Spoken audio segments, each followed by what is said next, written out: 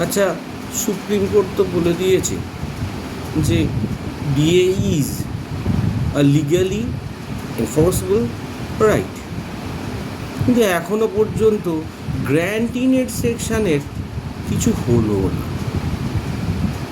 প্রশ্ন হচ্ছে এটাই যে grant in Ed is equal to asking mark এখনও রয়ে গেল। আমরা সবাই তীর্থের কাকের মতো 22 তারিখে বাজেটের দিকে চেয়ে বসে আছি।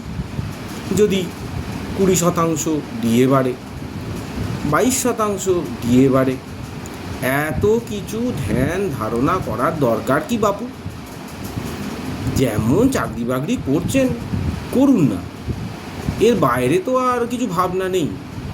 সরকারের ভাবনা সরকারকেই ভাবতে দিন, তিনি দেবেন কি দেবেন না সেটা তার হাতেই ছেড়ে দিন। শুধু শুধু মনে মনে কষ্ট পেয়ে লাভটা কী?